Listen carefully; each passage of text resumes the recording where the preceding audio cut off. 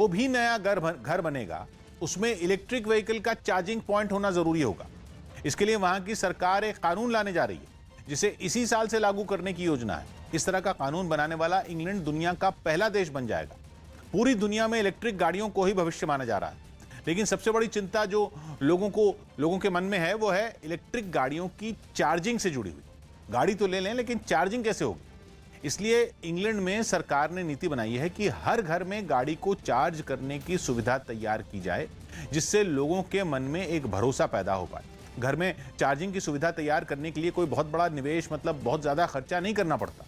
बस घर में एक ऐसी जगह पर एक चार्जिंग पॉइंट बनाना पड़ता है जहां से चार्जिंग की तार को गाड़ी तक पहुंचाया जा सके। मतलब कह सकते हैं कि पार्किंग वाली जगह के पास एक चार्जिंग का पॉइंट बनाना पड़ता है, जिसमें अलग अलग तकनीक के हिसाब से कम से ज्यादा खर्च आता है। मतलब अगर फास्ट चार्जिंग करनी है तो खर्च कुछ ज्यादा आएगा, अगर स्लो चार्जिंग करनी है तो खर्च कुछ कम आएगा।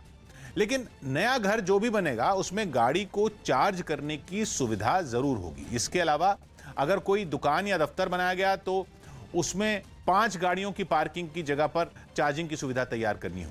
एक नहीं बल्कि 5-5 गाड़ियों के लिए सुविधा तैयार करनी हो।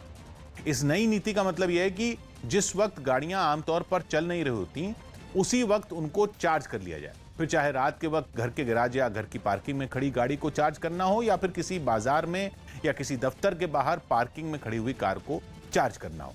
इससे फायदा यह होगा कि सड़कों पर, हाईवे पर और दूसरे सार्वजनिक स्थानों पर जो चार्जिंग स्टेशन बने होंगे उन पर बोझ कम होगा। और दूसरा फायदा यह होगा कि सिर्फ चार्जिंग के लिए लोगों को वक्त जाया नहीं करना पड़ेगा। असल में पेट्रोल और डीजल से चलने वाली गाड़ियां दुनिया भर में प्रदूषण का सबसे बड़ा कारण, और पूरी दुनिया में इलेक्ट्रिक गाड़ियों को बढ़ावा देने के लिए नीतियां बनाई जा रही हैं। ब्रिटेन ने लक्ष्य रखा था कि 2040 तक बाकी सभी तरह के ईंधन से चलने वाली गाड़ियां खत्म कर दी जाएं, लेकिन बाद में इस लक्ष्य को 10 साल आगे बढ़ा दिया गया। मतलब 2040 की बजाय 2030 तक ही इस लक्ष्य को हासिल कर लिया जाए।